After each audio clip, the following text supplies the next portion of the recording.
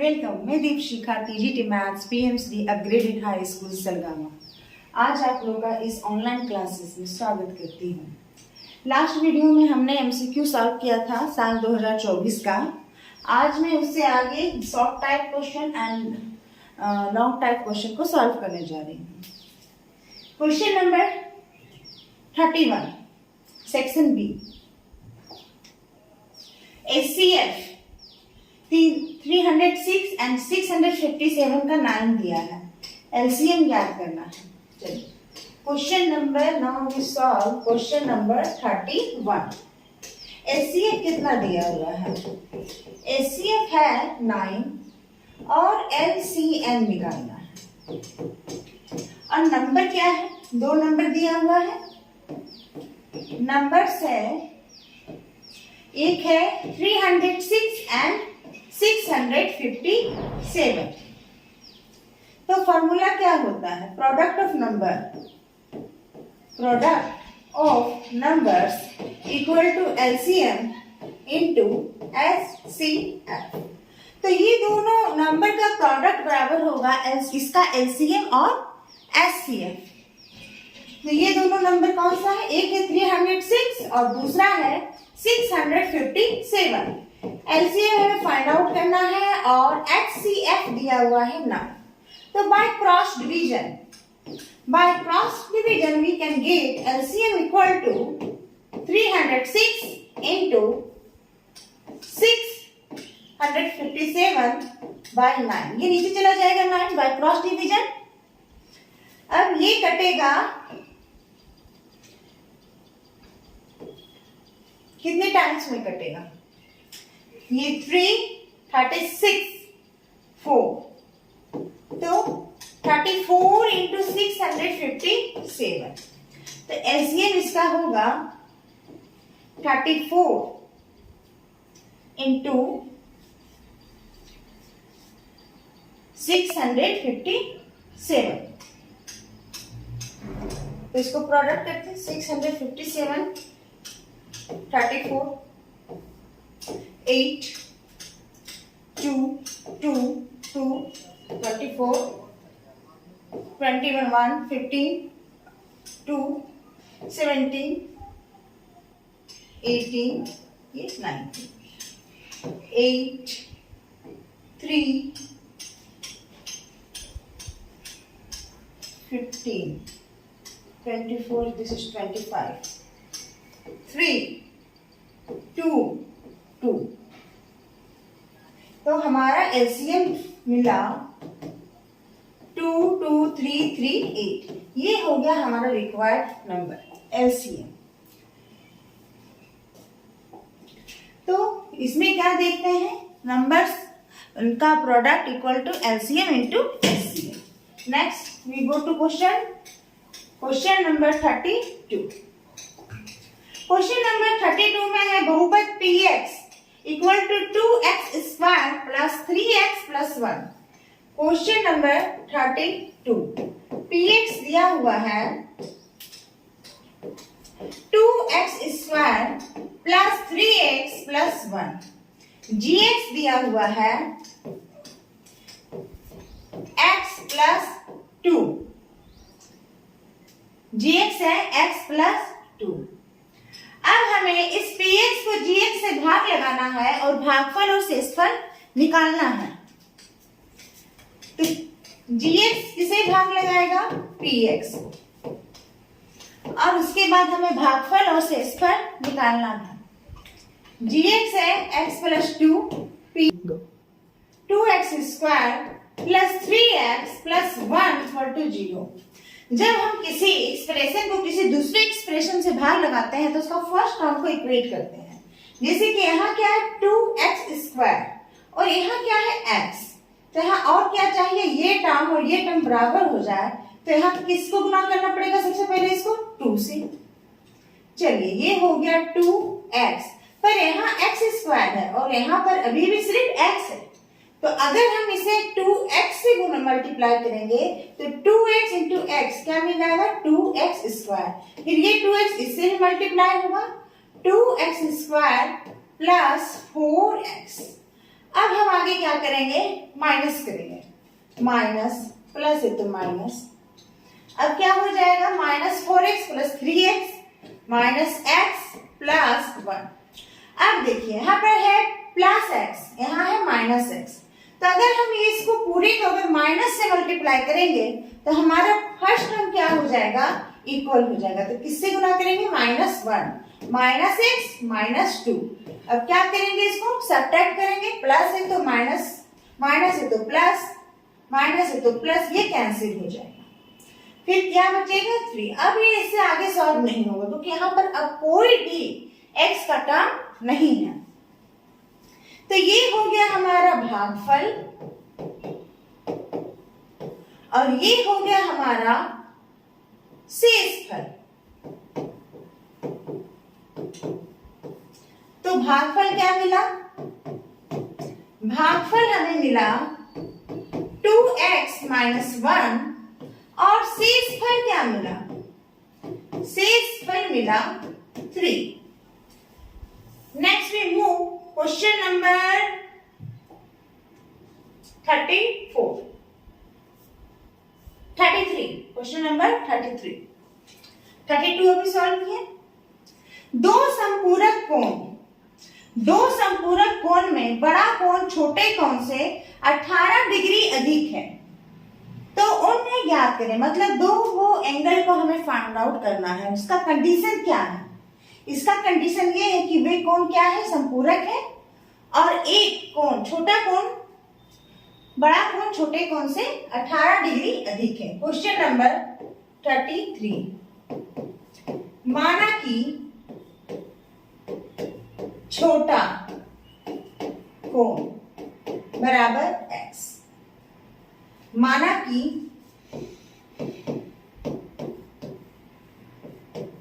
बड़ा कोण बराबर y।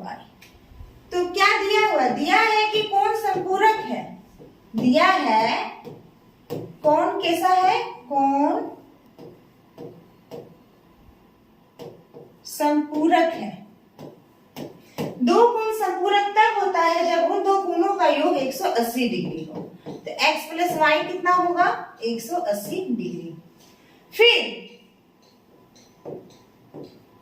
बड़ा कोण छोटा कोण से कितना अधिक है, 18 डिग्री अधिक है। ये है बड़ा कोण, ये है छोटा कोण। बड़ा कोण छोटे कोण से 18 डिग्री अधिक है, मतलब बड़ा माइनस छोटा बराबर 18 डिग्री। अब ये दोनों को एक साथ लिखेंगे। ये है x plus y equal to 180, ये है y minus x equal to 18। ये समीकरण 1, ये समीकरण 2। दोनों को जब एक जगह लिखे हैं और ये देख पा रहे हैं कि अगर इसे जोड़ दिया जाए, अगर ये दोनों समीकरण को जोड़ दिया जाए तो x वाला टर्म कट जा रहा है। तो जो सबसे इजी स्टेप ये है कि ये दोनों को जोड़ दिया जाए। जब जोड़ेंगे तो ये दोनों कटा, क्या मिला 2y और इधर मिल गया 198। ये कितने बार में जाएगा, 9। तो y इक्वल टू क्या हो गया, 99 डिग्री। अब इस y का वैल्यू को कहाँ रखेंगे, इस y का वैल्यू को हम लोग रखेंगे समीकरण 1 में। समीकरण 1 में y का मान रखने पर, समीकरण 1 में y का मान रखेंगे x plus 99 degree equal to 180, that is x equal to 180, ये प्लस इधर जाके माइनस होगा, माइनस 99, 1, ये 81। क्या मिला हमें, 81। तो x का वैल्यू मिला 81, y का वैल्यू मिला 99 डिग्री। तो छोटा कोण क्या हो गया, छोटा कोण बराबर 81 डिग्री, बड़ा कोण बराबर 99 डिग्री। ये हमारा टास्क हल हुआ। अब हम क्वेश्चन नंबर 34 की ओर जाएंगे जो एपी से है। एपी 3 39। क्वेश्चन नंबर 34 एपी 3, 15, 27, 39 का कौन सा पद उसके 94 पद से 32 अधिक है? कौन सा पद? चलिए माना कि nवां पद 94 पद से 32 अधिक है। हमें ये नहीं मालूम कि कौन सा पद 94 पद से 32 अधिक है, तो nवां पद 94 पद से 32 अधिक है। तो हमने माना कि nवां पद 94 पद से 32 अधिक है, तो nवां पद हो गया an, अधिक है किससे? 94 पद से। a 54 से कितना अधिक है? 32 अधिक है। चलिए इसे समीकरण 1 लगा देते हैं। ये हमारा गिवन कंडीशन हुआ। अब हम दोबारा एपी पर जाते हैं। a बराबर कितना है? 3। d बराबर क्या है? अगला पद माइनस पिछला पद 12। a और d मिल गया। और an का फॉर्मूला क्या है? an equal to a plus n minus 1 into d. अब a 54 यहीं से मिलेगा। अगर n की जगह 54 रखा जाए, अगर n की जगह 54 रखेंगे, a का वैल्यू कितना है? 3, n का वैल्यू है 54 minus 1 into D. a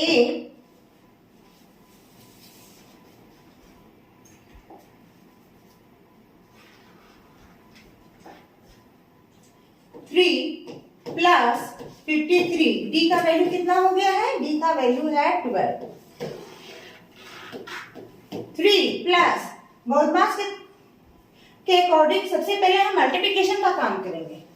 53 into 12, 6, 10, 53, 6, 3, 6, 6, 3, 6, 6, 3, 9। और इसका भी वैल्यू निकाल लेते हैं। a है यहाँ पर 3, n का वैल्यू पता नहीं, और d का वैल्यू है हमारा 12। That means 3 plus 12n minus 12 equal to 12n minus 9। Minus 12 plus 3 minus 9। अब ये दोनों का वैल्यू कहाँ रखेंगे? समीकरण 1 में। समीकरण 1 से an की जगह पे ये वैल्यू रखेंगे 12n minus 9, 12n minus 9 minus a54 का वैल्यू कितना है? 639। और ये दोनों का अंतर कितना है? 32। 12n माइनस ये भी माइनस ये भी माइनस 8, 4, 6, 32। 12n ये इधर माइनस में है, इक्वल टू उस डायरेक्शन में जाएगा तो ये माइनस इधर जाके क्या हो जाएगा? प्लस 648। अब दोनों को 8 करेंगे, 0, 8 और 2 0, 4 3 8, ये 6, 680। n इक्वल टू क्या हुआ?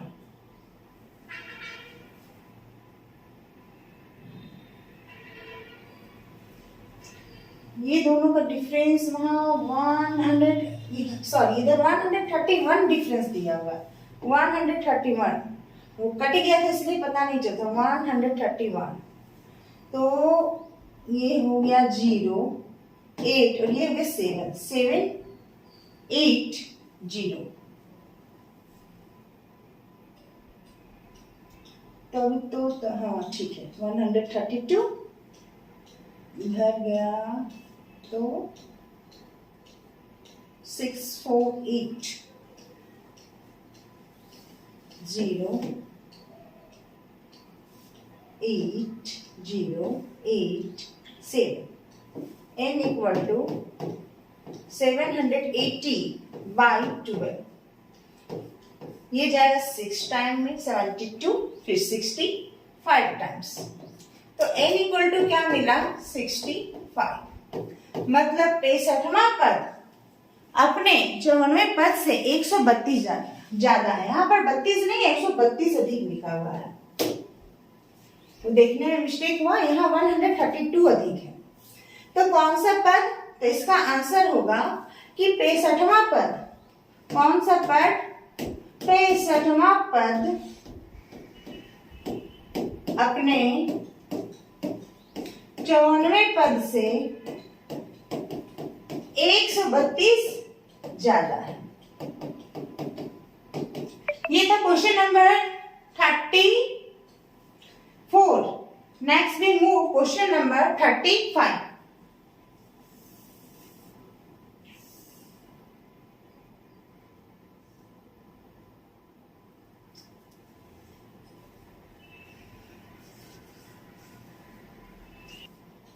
क्वेश्चन नंबर 35 में आधारभूत समानुपातिकता प्रमेय का प्रयोग करते हुए, मतलब थेल्स प्रमेय का प्रयोग करते हुए हमें ये सिद्ध करना है कि एक त्रिभुज की एक भुजा के मध्य बिंदु से होकर दूसरी भुजा के समांतर खींची गई रेखा तीसरी भुजा को समद्विभाजित करती है. तो उसे छोटे छोटे रूप में हम बिल्कुल वैसा ही रिप्रेजेंट करेंगे जैसा कि क्वेश्चन में कहा गया है. ये है हमारा क्वेश्चन नंबर 35. पहले कहा गया है आधारभूत समानुपातिकता प्रमेय, मतलब थेल्स प्रमेय का यूज होगा. एक त्रिभुज की एक भुजा. सबसे पहले हम ड्रॉ करेंगे एक त्रिभुज. सबसे पहले क्या ड्रॉ करेंगे हम? एक त्रिभुज ए बी सी. एक त्रिभुज हमने ड्रॉ कर लिया, नाम दिया ए बी सी. एक त्रिभुज की एक भुजा का मध्य बिंदु. तो किसका मध्य बिंदु हम लेंगे? एसी का. ये है मान लीजिए मध्य बिंदु डी. मध्य बिंदु से होकर दूसरी भुजा के समांतर, मतलब इससे एक ऐसा लाइन ड्रॉ करना है जो ये दूसरी भुजा के क्या है? समांतर है. तो संभवतः ये लाइन दूसरी भुजा, तीसरी जो भुजा है, पहली भुजा फर्स्ट साइड इसे माना है, इससे जो लाइन ड्रॉ हो रहा है ये दूसरे सेकेंड साइड से पैरेलल होगा. ये सेकेंड साइड से पैरेलल है. अब ये तीसरी भुजा कौन सा बच गया? ये बच गया थर्ड साइड. ये कहता है कि ये जो लाइन जो ड्रॉ करेंगे जो इसके समांतर है और इसके मिड पॉइंट से क्रॉस कर रहा है, वो ये जो तीसरी भुजा है उसको समद्विभाजित करता है. मतलब इसे दो बराबर भाग में बांटता है. अगर ये तीसरी भुजा तो बिंदु ई पर से गुजर रही है या ई पर काटती है तो ये ई ए बी का मिड पॉइंट होगा, मतलब मध्य बिंदु होगा. और इसका दूसरा मतलब ये है कि ए ई बराबर ई बी होगा. ये हमें सिद्ध करना है. तो कोई भी नेमिंग इसमें दिया हुआ नहीं है कि त्रिभुज का नाम क्या है, कौन सा लाइन क्रॉस कर रहा है. तो सबसे पहले लिखेंगे माना कि त्रिभुज ए बी सी में डी भुजा एसी का मध्य बिंदु है.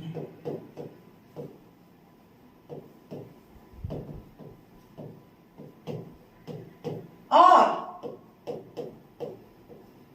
ये डी जो है वो बीसी के समांतर है और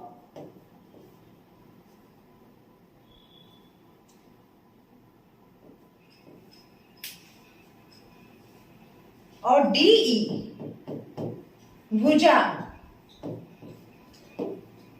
एबी को बिंदु ई पर प्रतिच्छेद करती है. बिंदु ई पर प्रतिच्छेद करती है.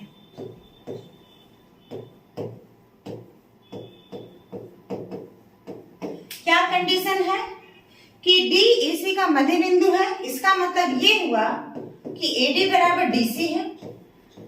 फिर डीई पैरेलल है BC का, तब हमें सिद्ध करना है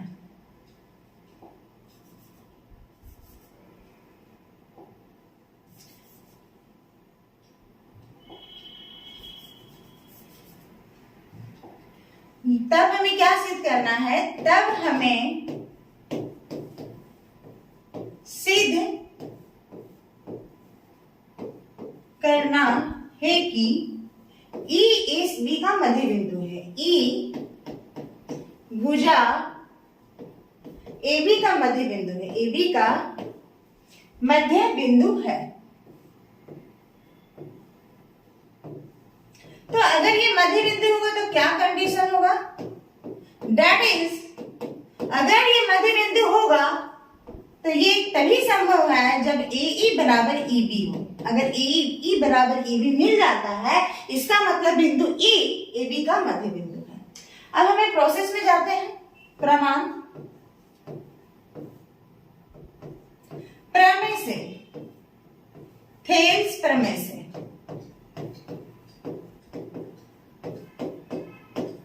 चूंकि DE समांतर है BC का, DE किसके समांतर है? BC का, तो ये समान अनुपात में विभाजित करेगा ये भुजाओं को। तब क्या होगा?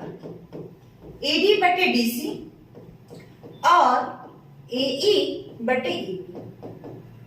पर यहाँ AD बराबर DC दिया हुआ है, AD बराबर क्या दिया हुआ है? DC। इसलिए हम लिख सकते हैं AD बटे AD। चूंकि AD बराबर DC है तो DC की जगह AD ही लिख रहे हैं। ये चीज क्या है? दिया है, गिवन है। और फिर AE बटे EB, जैसा है वैसा ही उतार दिया। चूंकि हम AD को DC की जगह अगर AD लिखते हैं तो AD कट जाएगा और 1 मिलेगा, और फिर 1 मिलने के बाद बाय क्रॉस मल्टीप्लिकेशन AE और EB क्या हो जाएगा? बराबर हो जाएगा। तो ये AD कैंसिल हो गया। क्या मिला? 1 इक्वल टू AE बटे EB। अब by cross multiplication EB equal to AE। चलिए, जो सिद्ध करना चाहते थे वो सिद्ध हो गया। क्या सिद्ध करना चाहते थे? AE equal to EB। इसलिए E भुजा AB का मध्य बिंदु है, मध्य बिंदु है। प्रूफ हो गया। Next we go to question number 36, जो कि हमारे 2025 के सिलेबस से ओमिटेड है। ठीक है, जो चीज ओमिटेड है उस पर ध्यान नहीं देंगे। क्वेश्चन नंबर हम जाएंगे 37 की ओर। वैल्यू निकालना है, ये क्वेश्चन ट्रिगोनोमेट्री से दिया हुआ है। क्वेश्चन नंबर 36, मान निकालिए, evaluate the value. 2 tan square 45 degree plus cos square 30 degree, cos square 30 degree minus sine square 60 degree, minus sine square 60 degree. जब स्क्वायरिंग वाला रहता है तो जनरली हमें से वैल्यू पुट करना है, कैलकुलेट करके उसे सॉल्व करना है। 2 into 2 tan 45 1 whole square, cos 30 degree √3/2 का होल स्क्वायर, साइन 60 √3/2 का होल स्क्वायर, cos 30 √3/2, साइन 60 √3/2। ये दोनों प्लस माइनस में आ रहा है, कैंसिल हो जाएगा। 2 into 1 का होल स्क्वायर 1, दैट इज 2। इसका आंसर हुआ 2। Next we go to question number 38। Sorry, ये तो 37 था, 36 का ओमिटेड है। क्वेश्चन नंबर 38, 52 पत्तों की अच्छी प्रकार से फेंटी गई एक गड्डी मतलब ताश की गड्डी में एक पत्ता निकाला जाता है। निम्न को प्राप्त करने की पारदर्शिता क्या है? पहला, यहाँ पर सबसे पहले पत्तों की संख्या कितनी है? 52। तो संभावित कुल संभावित घटना की संख्या कितनी हो गई? 52। तो यहाँ पर NS number of sample space कितना हो गया? 52। मतलब कुल संभावित घटनाओं की संख्या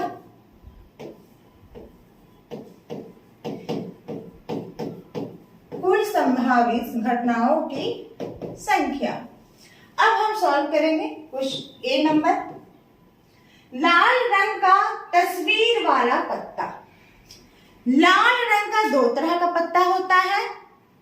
अब यहां पर बात आ रहा है तस्वीर वाला पत्ता। तो तस्वीर वाला पत्ता कितना होगा? एक राजा, एक रानी, एक जोकर, एक तरह का लाल रंग वाला में। फिर एक राजा, एक रानी और एक जोकर।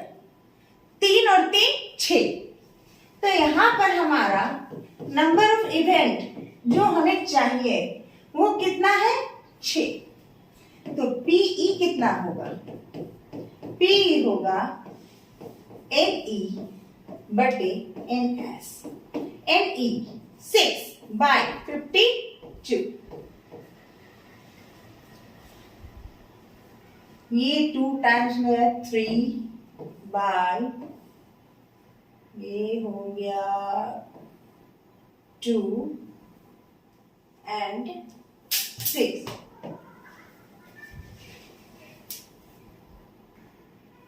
दूसरा है एक ईंट की बेगम। तो ईंट का पत्ता एक ही तरह का होता है, ईंट की बेगम भी एक ही होती है। तो यहाँ पर नंबर ऑफ इवेंट अनुकूल घटनाओं की संख्या कितनी हो गई? 1। तो PE कितना हो गया? NE bye NS। NE यहाँ पर है 1 और NS है 52। तो ये था क्वेश्चन नंबर 38। अब हम जाएंगे क्वेश्चन नंबर 39। दर्शाइए कि कोई भी धनात्मक विषम पूर्णांक 6q + 1 या 6q + 3 या 6q + 5 के रूप का होता है, जहां q कोई पूर्णांक है। क्वेश्चन नंबर 39 क्या होगा? पहला है 6q + 1, 6q + 1। दूसरा है 6q + 3, 6q + 3। तीसरा टाइप है 6q + 5, 6q + 5, है ना? जहां क्या है? q एक पूर्णांक है।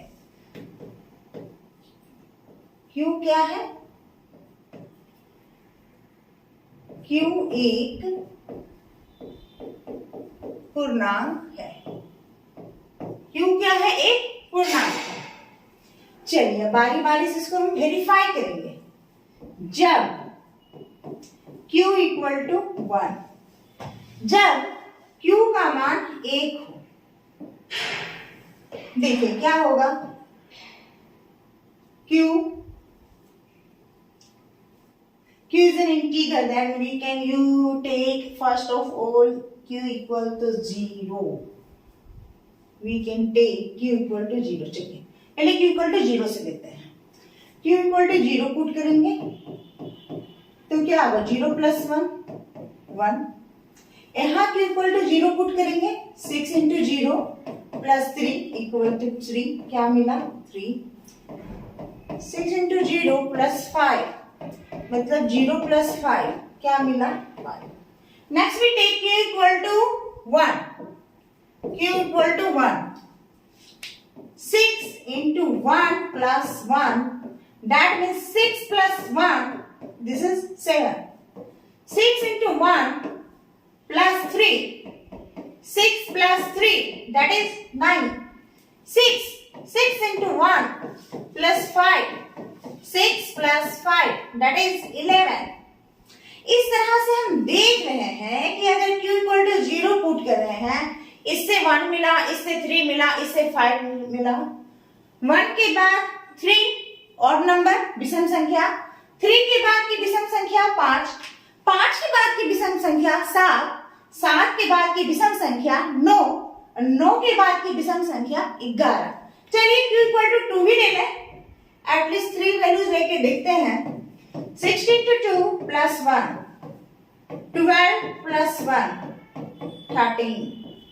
6 into 2 plus 3, 12 plus 3, 15। यहां भी 6 into 2 क्या ऐड करेंगे 5, 12 plus 5 that is 17।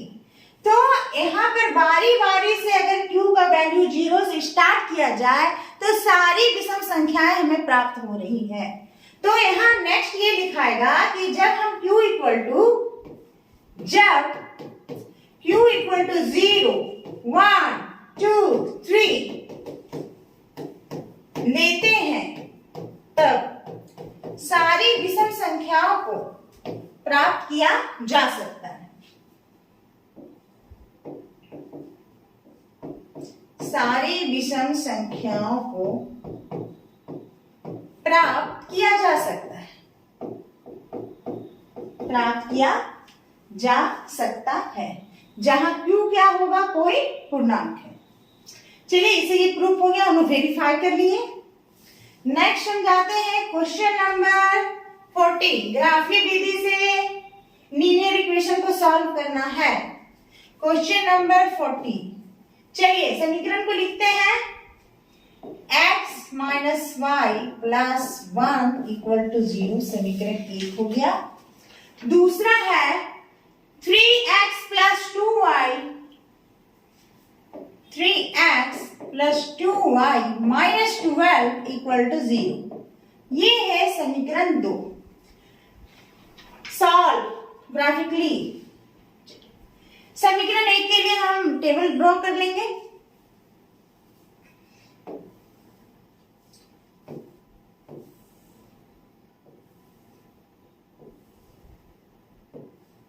एक तरफ x का वैल्यू, एक तरफ y का वैल्यू। अगर x का वैल्यू 0 लेते हैं तो क्या मिलेगा? देखिए x की जगह पे 0, फिर minus y plus 1 equal to 0, तो y इक्वल टू क्या मिला -1। और अगर y का वैल्यू 0 लेते हैं तो x minus 0 plus 1 equal to 0। नहीं, यहाँ y का वैल्यू तो +1 हो जाएगा। हाँ, यहाँ y का वैल्यू +1 होगा क्योंकि y माइनस में है, इसलिए y का वैल्यू, y दूसरी तरफ गया तो प्लस में हो जाएगा, y का वैल्यू 1। और यहाँ पर x प्लस 1 इक्वल टू 0, तो x इक्वल टू क्या मिला -1। अब इसका टेबल देखते हैं।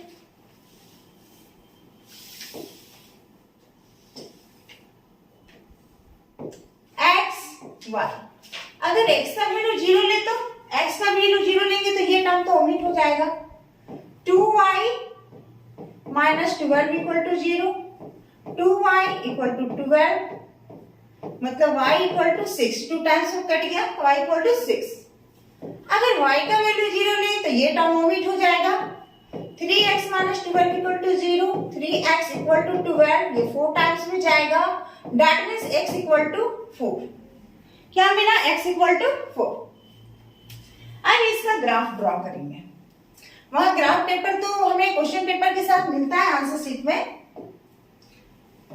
तो इस तरह का कुछ ग्राफ पेपर रहेगा जिसमें हमें x एंड y एक्सिस को दिखाना है।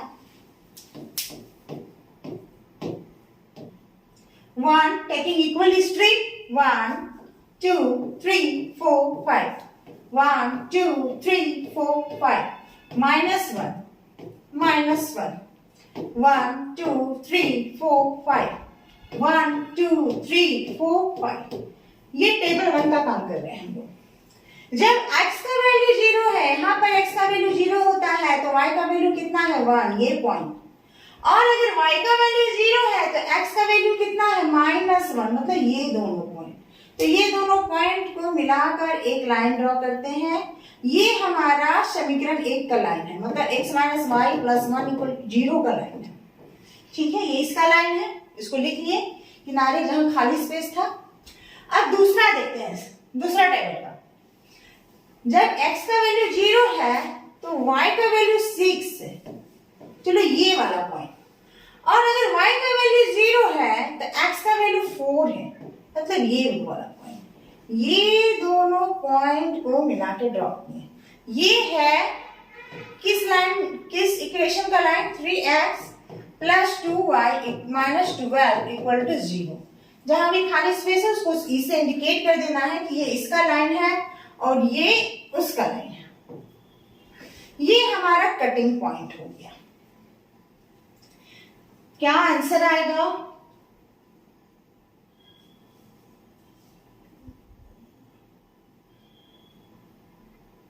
ये ऊपर नीचे ड्रॉ हो गया है। x का वैल्यू तो एक तो 2 आ रहा है, x यहाँ पर ये इस तरह हो गया। हाँ, x का वैल्यू 2 में आ रहा है।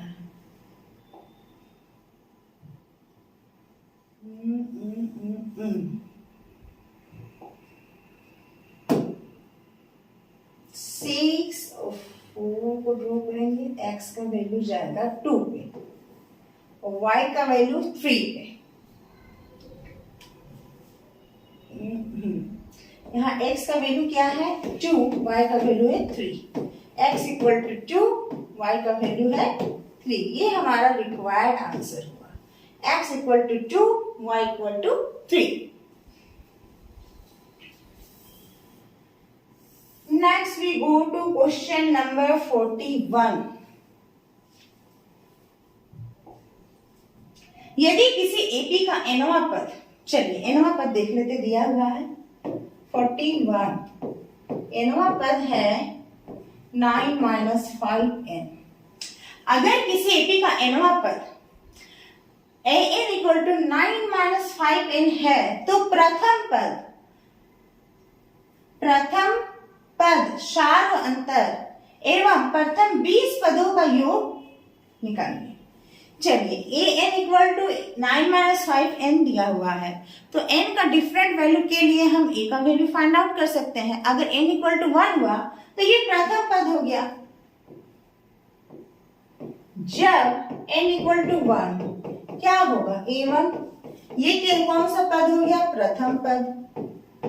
9 माइनस 5 इंटू 1, 9 माइनस 5 4, तो a1 का वैल्यू कितना मिला 4। ये इसी को हम लोग a से रिप्रेजेंट करते हैं। ये तो प्रथम पद मिल गया। अब जब n इक्वल टू 2 लेंगे तब क्या मिलेगा a2, a5 minus 2, 9 minus 10 minus 1, तो a2 क्या मिला -1। d कितना होता है a2 माइनस a1, अगला माइनस पिछला टर्म, आगे जाने की आवश्यकता ज्यादा है नहीं। a2 माइनस 1 माइनस a1 कितना है 4 माइनस 5, तो सार्व अंतर d इक्वल टू क्या होता है हमारा शार्व अंतर। तो शार्व अंतर कितना मिला -5। हम इसे बॉक्स में डालेंगे क्योंकि ये दो चीज मिल गया, a और d, प्रथम पद और सार्व अंतर।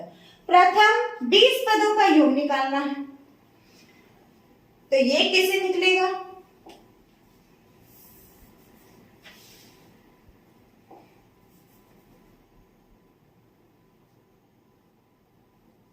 चलिए प्रथम 20 पदों का योग निकालते हैं Sn से। सूत्र से Sn बराबर होता है n/2 2a plus n minus 1 into D. अगर an का वैल्यू फाइंड आउट हम लोग के पास ना हो तब। n बराबर कितना यहाँ लेना है 20, प्रथम 20 पदों का शार्व अंतर निकालना है, मतलब sum up to 12 terms. n equal to 20 लेना है, 2 a का वैल्यू 4 निकालना है, n का वैल्यू 20 है, 20 माइनस 1 20 माइनस 1 d नेगेटिव है इसलिए हम ब्रैकेट में डाल रहे -5, we should take it in bracket. ये कितना हो गया 10। बॉडमास में सबसे पहले ब्रैकेट का काम पे फोकस करना होता है। ये तो 8 हो गया क्योंकि ये एक साथ है। 20 माइनस 1 19 इंटू माइनस 5। सबसे पहले अकॉर्डिंग टू बोथ मार्क्स हम लोग मल्टीप्लिकेशन का काम करेंगे, उसके बाद ही जाके कोई एडिशन एंड सब्ट्रैक्शन का काम होगा। Minus plus minus 5 95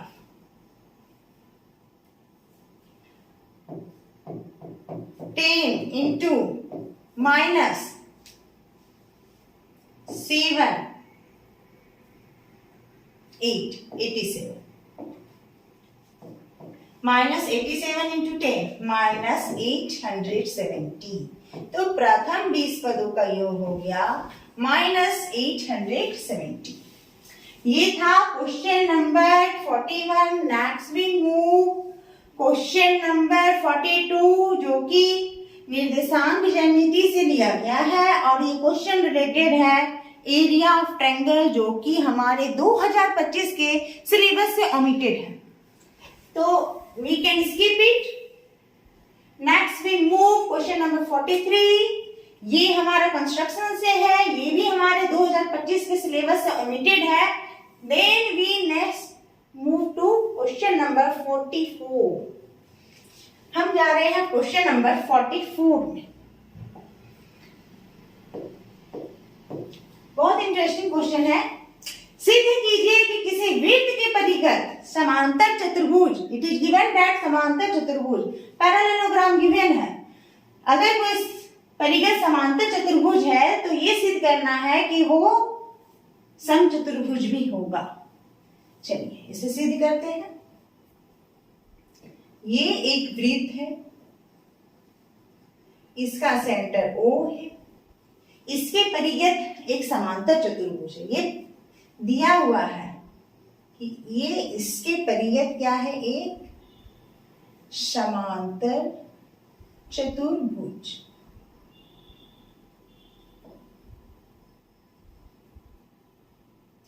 A B C D। चलिए ये समांतर चतुर्भुज है। अब ये सिद्ध करना है ये जो समांतर चतुर्भुज है वो समचतुर्भुज है। मतलब AB equal to BC, BC equal to CD और CD इक्वल टू AD। सबसे पहले जब वृत्त के परिगत के चतुर्भुज है तो इनकी चारों भुजाएं चार भिन्न भिन्न बिंदुओं पर वृत्त को स्पर्श करेगी। सबसे पहले माना कि A B C D केंद्र O वाले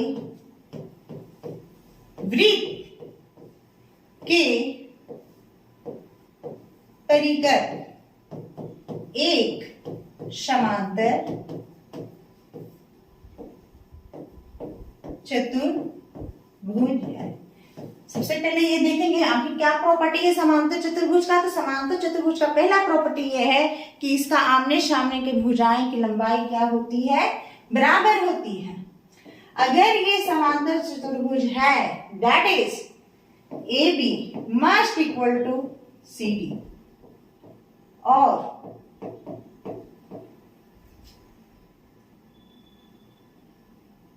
AD must equal to BC। अगर ये समांतर चतुर्भुज है तो आमने सामने की भुजाएं बराबर होंगी और ये चार भिन्न भिन्न बिंदुओं पर वृत्त को स्पर्श करेगी। तो वो भिन्न भिन्न बिंदु क्या है, P Q R S। और भुजाएं AB BC CD AD क्रमशः बिंदु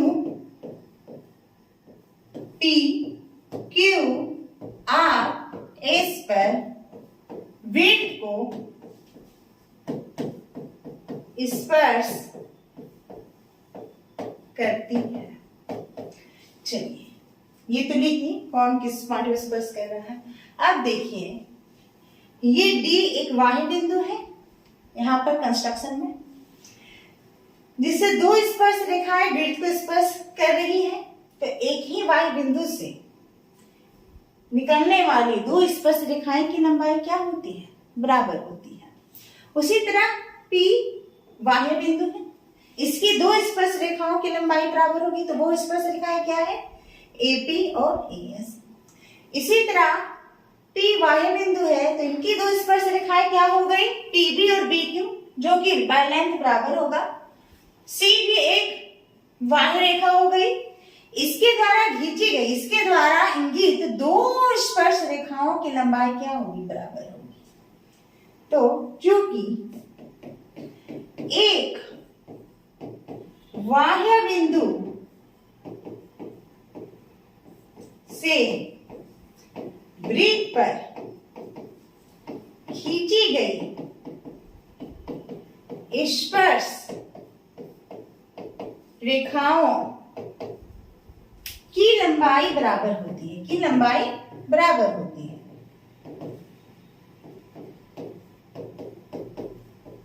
बराबर होती है।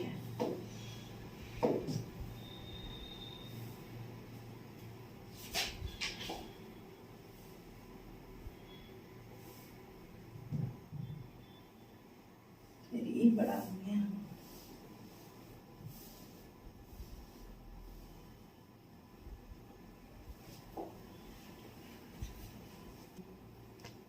चलिए ए से शुरू करते हैं, बाह्य बिंदु ए के लिए। अब देखिए, बाह्य बिंदु ए के लिए AP इक्वल टू AS, बाह्य बिंदु बी के लिए PB इक्वल टू BQ, बाह्य बिंदु C के लिए QC, RC, यहाँ RC लेंगे नहीं, QC लेना पड़ेगा, QPB, RC, QC equal to RC, बाह्य बिंदु D के लिए DR बराबर SD। अब देखिए यहां पर AB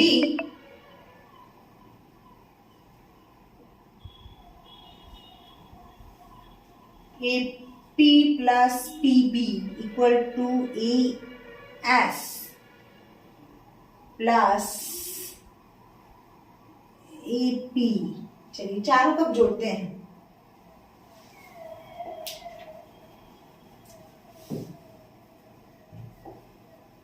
ये समीकरण 1, 2, 3, 4 सभी को जोड़ते हैं। सभी को जोड़ने पर, सभी को जोड़ने पर, तो दायां वाला दाएं के साथ जुड़ाएगा, बायां वाला बाएं के साथ। चलिए क्या होगा? AP plus PB plus QC plus DR equal to AS plus BQ plus RS plus SD। अब इसे पेयर करना है कि किस किस को जोड़ने से कोई साइड हमें मिल जाए। तो AP को PB से जोड़ेंगे तो एक साइड मिल रहा है। अब आ गया है QC और DR, तो QC और DR है, तो QC को QC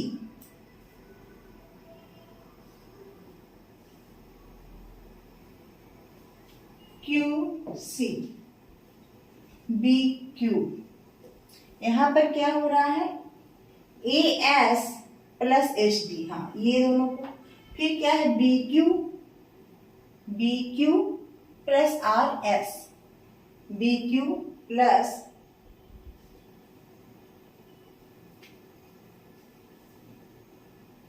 RS,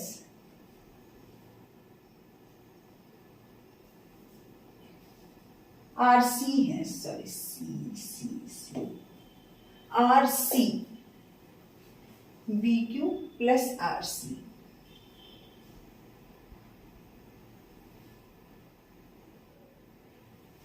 चलिए इसको लेते हैं पहले। AP प्लस PB एक साथ plus QC plus DR, AS plus SD plus ये दोनों हो गया है BQ प्लस RC। क्या मिला? AP प्लस PB हमें मिला है AB plus QC DR, QC plus DR। फिर इधर है AS प्लस SD मतलब AD। फिर है BQ प्लस RC। अब यहां देखिए QC और QC किसके बराबर है? QC बराबर है RC का, तो ये दोनों कैंसिल होगा। फिर DR किसके बराबर है? DR HD के, DR DS।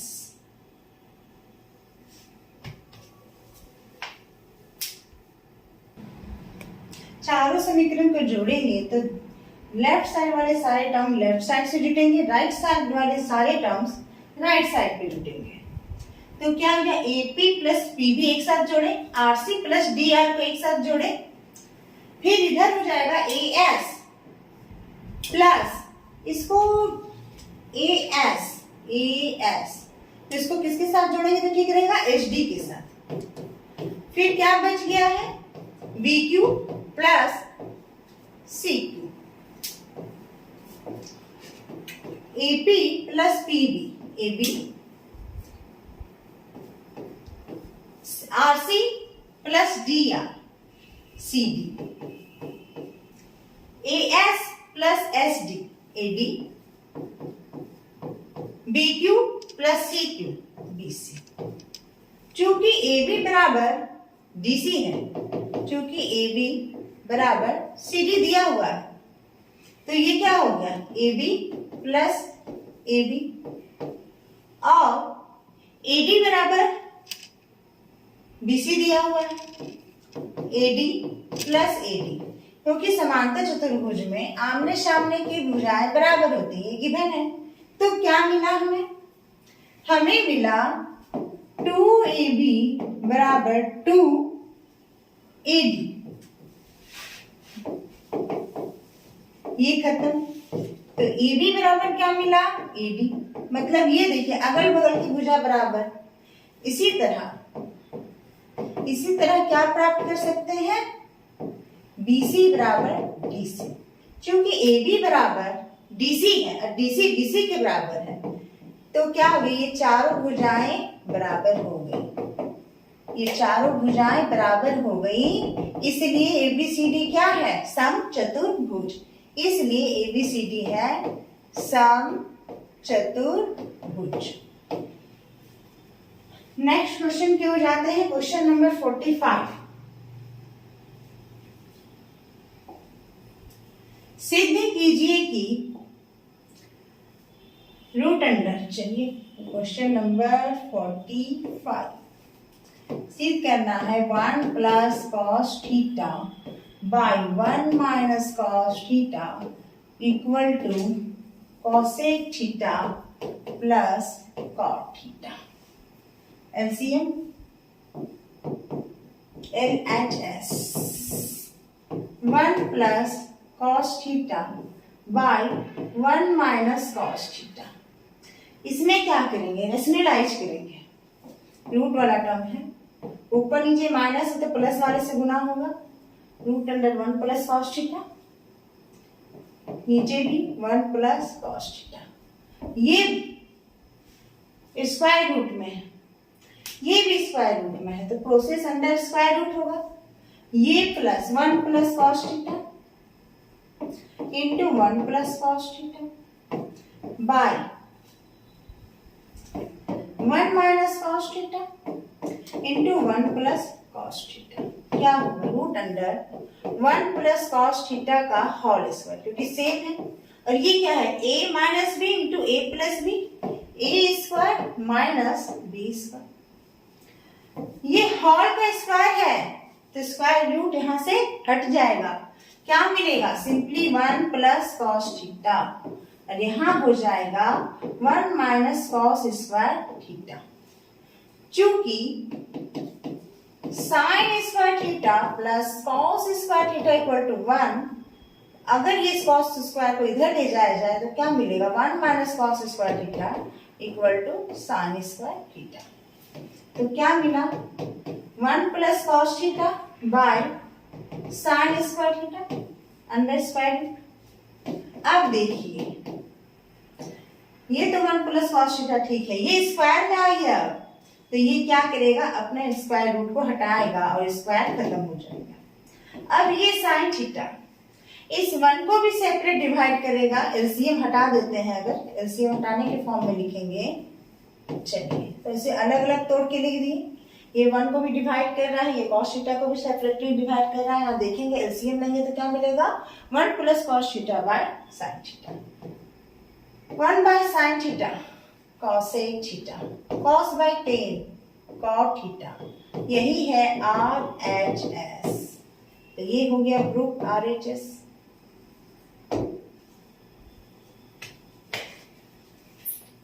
Next we move question number 46।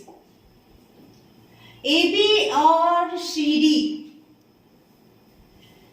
केंद्र O तथा त्रिज्या 21 सेंटीमीटर और 7 सेंटीमीटर वाले सात केंद्रीय वृत्तों के क्रमशः 2 चाप हैं।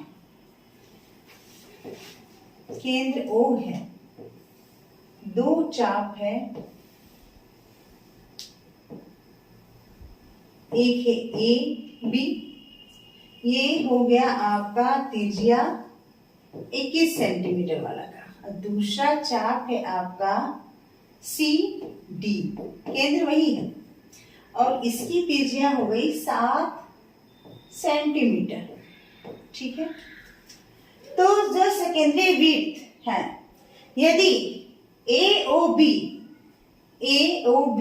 यहाँ का एंगल कितना है, 30 डिग्री, तो छायांकित भाग का क्षेत्रफल निकालें। मतलब ये जो छायांकित भाग है इसका क्षेत्रफल निकालना है। अगर बड़े वाले चाप के त्रिज्यखंड से छोटे चाप वाले त्रिज्यखंड का अगर हम माइनस करें त्रिज्यखंड का क्षेत्रफल को, तो हमें छायांकित भाग का क्षेत्रफल मिल जाएगा। तो हम चाहते हैं 46, माना कि OA बराबर R1 इक्वल टू 21 सेंटीमीटर और OC छोटा वाला त्रिज्या OC equal to R2 7 centimetre. अब छायांकित भाग का क्षेत्रफल क्या होगा, ध्यान दीजिएगा इसमें, छायांकित भाग का क्षेत्रफल मतलब बड़े वाले चाप का से बना त्रिज्यखंड पाई R1 square theta by 360 degree minus छोटे वाले चाप से बना हुआ त्रिज्यखंड का क्षेत्रफल पाई R2 square theta by 360 degree. दोनों में क्या कॉमन है, पाई थीटा दोनों में सेम है क्योंकि दोनों केंद्र पर 30 डिग्री का एंगल बना रहा है। क्या अंतर है, R1 square minus R2 square.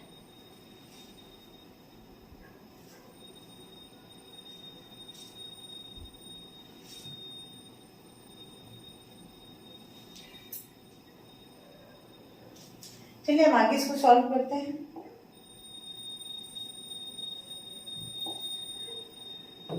पाई 22/7 थीटा 30/360 R1 21 का होल स्क्वायर माइनस 7 का होल स्क्वायर। सही से लिख लेते हैं, 22/7 थीटा 30 डिग्री बटे 360 डिग्री फिर 21 का होल स्क्वायर 21 441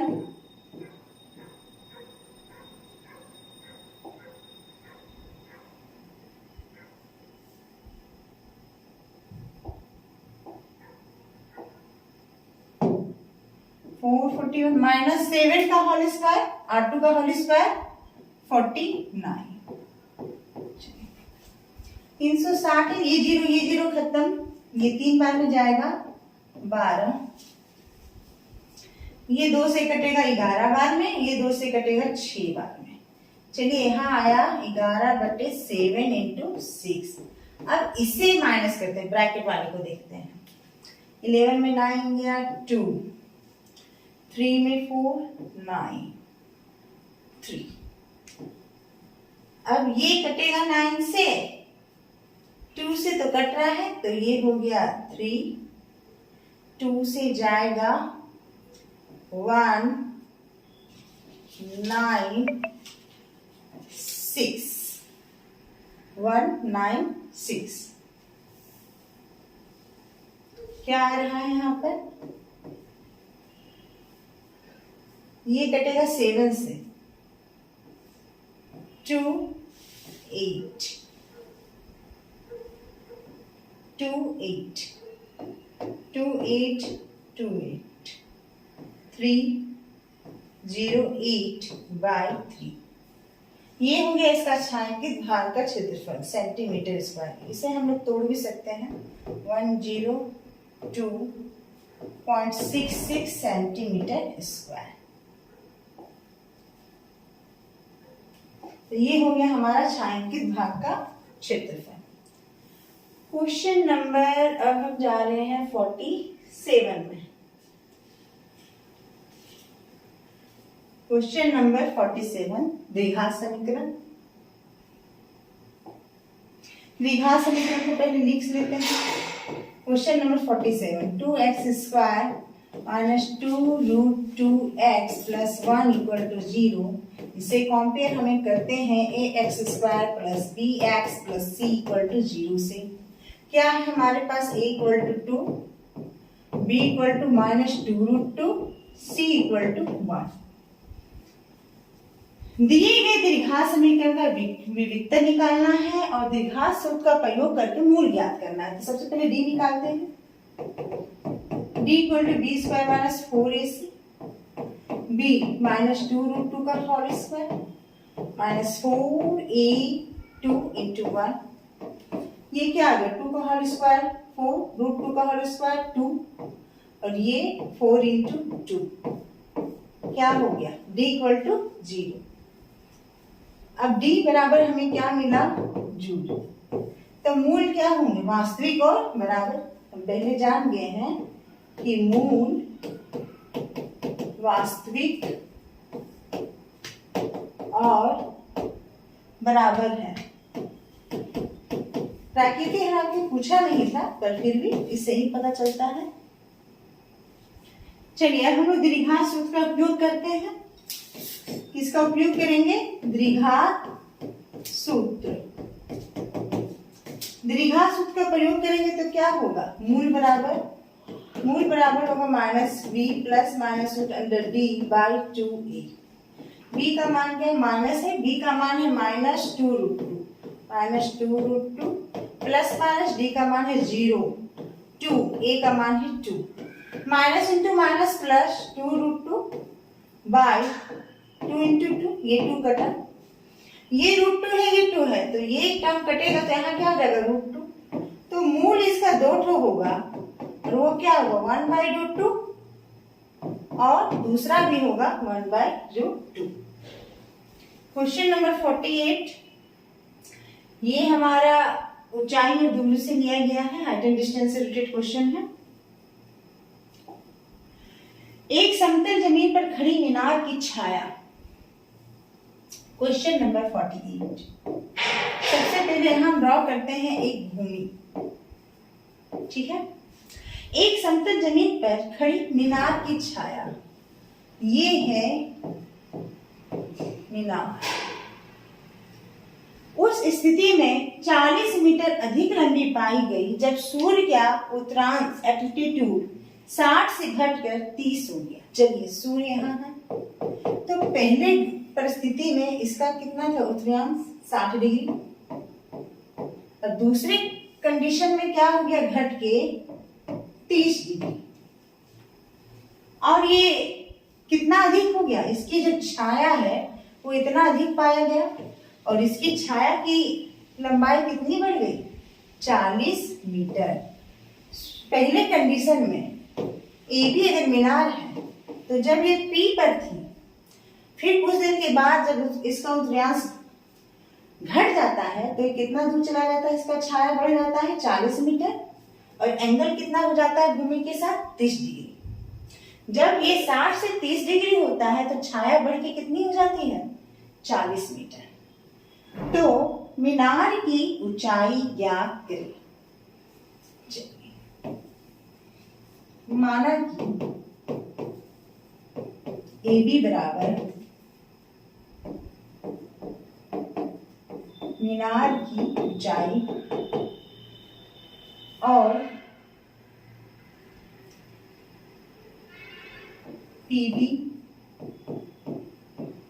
पहली स्थिति में छाया की लंबाई और QB बराबर PB प्लस 40। QB क्या होगा PB प्लस 40 मीटर।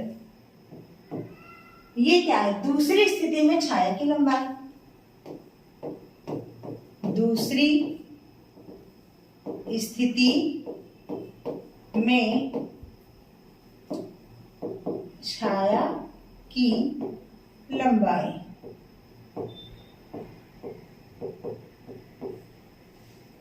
चलिए सबसे पहले मैं इसको डिफाइन करनी है। पहली स्थिति में छाया की लंबाई PB, दूसरी स्थिति में यही PB से कितना बढ़ी है 40 मीटर। QB छाया की लंबाई है मतलब PB प्लस 40 मीटर। अब हमें मीनार की ऊंचाई निकालना है, तो ये ऊंचाई और दूरी का मैटर है, तो इसमें P और B का मैटर है, तो ये इसमें किसका उपयोग करेंगे, इसमें tan थीटा का उपयोग करेंगे। सबसे पहले ट्रायंगल APB से tan 60 डिग्री क्या होगा, इसकी ऊंचाई AB बटे PB। tan 60 का मतलब √3 AB PB by cross multiplication PB √3 equal to AB। इसका मतलब PB का वैल्यू कितना हो गया by cross division AB by √3। ये समीकरण 1 किसको लगा देते हैं क्योंकि इस PB का जरूरत हमको आगे जाके पड़ेगा। अब दूसरा टाइप का त्रिभुज में जाते हैं, त्रिभुज AQB से। यहाँ पर tan 30 डिग्री है, इसका भी ऊंचाई AB है और आधार यहाँ पर हो जाएगा BQ। tan 30 1/√3 AB। BQ कितना है PB प्लस 40 मीटर। चलिए अब यहाँ क्रॉस डिवीजन होगा, जब क्रॉस डिवीजन हो गया तो मिला PB प्लस 40 बराबर AB √3। अब PB का मान कहां से लाएंगे, समीकरण 1 से। समीकरण 1 में PB का मान है AB बाय √3 प्लस 40 बराबर AB √3। अब AB के टर्म को एक साथ लिखेंगे,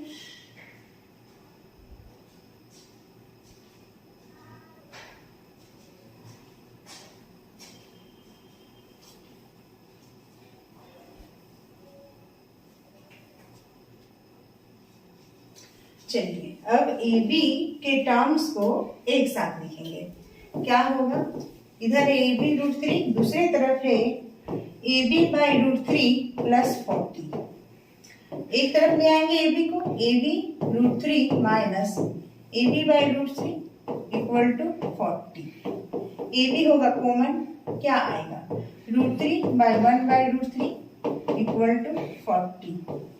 फिर ए बी, ये एलसीएम लेंगे, √3 into √3 minus 1 by √3 equal to 40। A B √3 3 minus 1 by √3 equal to 40। A B 3 minus 1 2 by √3 equal to 40। ये 2 इसको काटेगा 20, तो ए बी इक्वल टू क्या हो गया, बाय क्रॉस मल्टीप्लिकेशन 20 √3 मीटर। इसका मतलब मीनार की ऊंचाई क्या हो गया, मीनार की ऊंचाई हो गया 20 √3 मीटर।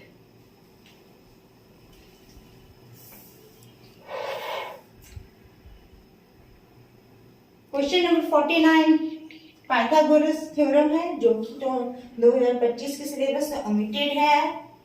और उसके बाद क्वेश्चन नंबर 50 छिन्नक से है, जो भी हमारे सिलेबस से ओमिटेड है। अब हमारे पास आता है क्वेश्चन नंबर 51, माध्य निकालना है। हम सॉल्व करेंगे क्वेश्चन नंबर 51, जिसमें माध्य निकालना है। ये है हमारा क्वेश्चन नंबर 51। ये है वर्ग अंतराल,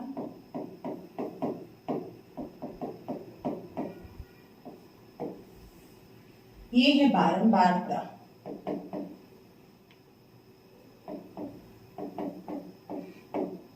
FI। अब हम यहाँ पर निकालेंगे XI, और ये कॉलम अब की बार रहेगा मेरा XI FI इंटू XI का। ठीक है, वर्ग अंतराल पहले लिख लेते हैं। 0 से 20, 20 से 40, 40 से 60, 60 से 80, 80 से 100। FI दिया हुआ है 17, 28, 32, F और 19। इसमें F का वैल्यू निकालना है। और हमारे पास इसका वैल्यू दिया हुआ है, माध्य का वैल्यू दिया हुआ है 50, और निकालना है F। XI क्या होता है, वर्ग अंतराल का मध्य बिंदु, जो अपर लिमिट और लोअर लिमिट को जोड़ के 2 से भाग देने पे मिलता है। 0 + 20 20, 20 का हाफ 10, 20 + 40 60, 60 का हाफ 20 + 40 60, 60 का आधा 30, 40 + 60 100, 100 का आधा 50, 60 + 80 140, 140 का आधा 70, 80 + 100 180, 180 का आधा 90। अब XI और FI को गुना करेंगे, क्या मिलेगा, 170 0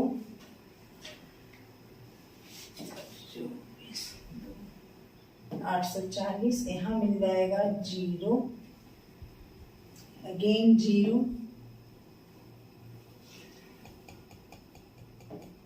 60,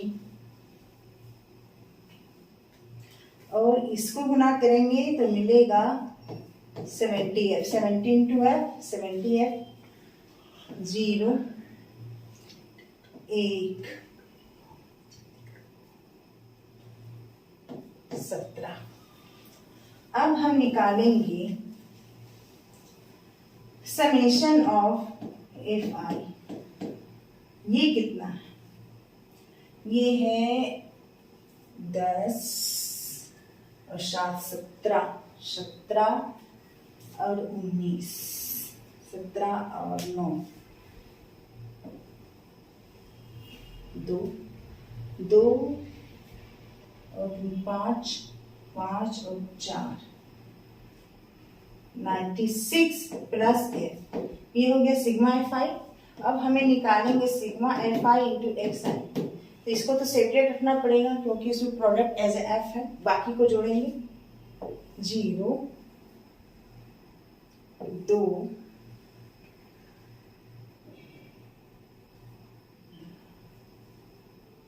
3 3 2 4 प्लस 70 एफ।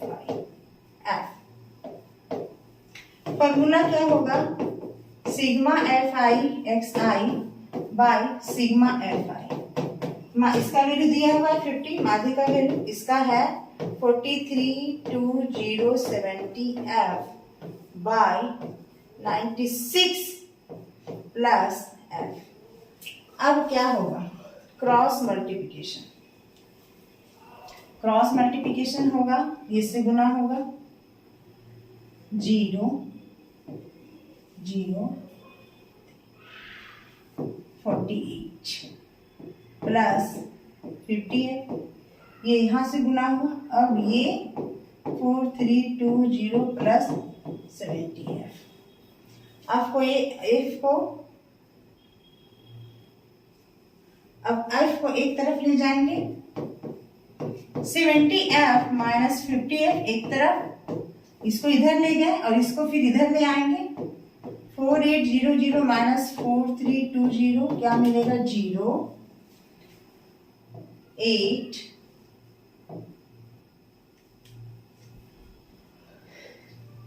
4 480। तो ये मिला 20f equal to 480, 0 cancel, f equal to 48/2 that means 24। तो f का वैल्यू क्या मिला? 24। क्वेश्चन नंबर 52, इसमें माध्यिका को ज्ञात करना है।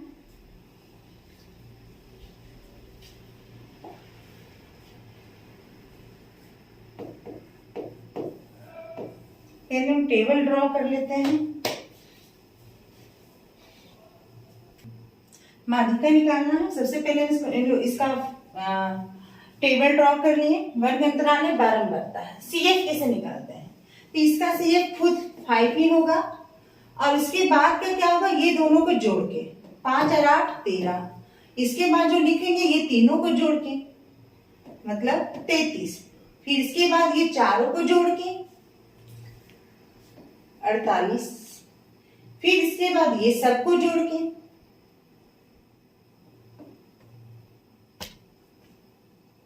ये हो गया आपका 55। फिर ये सबको जोड़ के यहां लिखाएगा 60। तो यहाँ n बराबर कितना है? 60। n बराबर हो जाता है बारंबारताओं का योग। ठीक है। अब यहाँ माध्यिका में जो बीच का वैल्यू है उसको लेते हैं। पर यहाँ टोटल वैल्यू क्या? 1 2 3 4 5 6। इसका बीच का वैल्यू तो मुश्किल है। अगर 7 रहता तो 4 ले लिए रहते, पर 6 है तो अपने हिसाब से इसमें हम लोग देख सकते हैं कि अगर हम 33 लेते हैं तो ज्यादा अच्छा रहेगा, क्योंकि 13 के बाद अचानक जंप आया है 33, बड़ा गैप है। तो हम लोग कौन सा माध्यिका वर्ग कौन सा लेंगे? 33 वाला। तो माध्यिका वर्ग इसका कौन सा आ जाएगा? 20 से 30 का। CF जस्ट ऊपर वाला टर्म लिया जाता है। CF है यहाँ 13। वर्ग अंतराल का क्या है? 10। सब में 10 का अंतर है तो वर्ग अंतराल हो गया h बराबर 10। f ये किसका कौन सा? ये माध्यिका वर्ग है, बारंबारता माध्यिका वर्ग की बारंबारता। ये f है, ये इसका CF है, ये L है। लोअर लिमिट माध्यिका वर्ग का लोअर लिमिट हो गया हमारा L। तो L बराबर क्या हो गया? 20। F बराबर 20। n बराबर है 60। n/2 का वैल्यू कितना हो गया? 60/2 मतलब 30। l का वैल्यू कितना है यहाँ पर? 20। n है यहाँ पर 60, 60/2। CF जस्ट ऊपर वाला कॉम्युलेटिव फ्रीक्वेंसी, ये हो गया आपका 13। f क्या है? इसके सामने वाले का बारंबारता का वैल्यू 20 और h कितना है? 10। चलिए 20 प्लस ये तो 30 हो गया। 30 माइनस 13/20 इंटू 10, ये तो खत्म हो गया 0 0। अब क्या होगा आगे?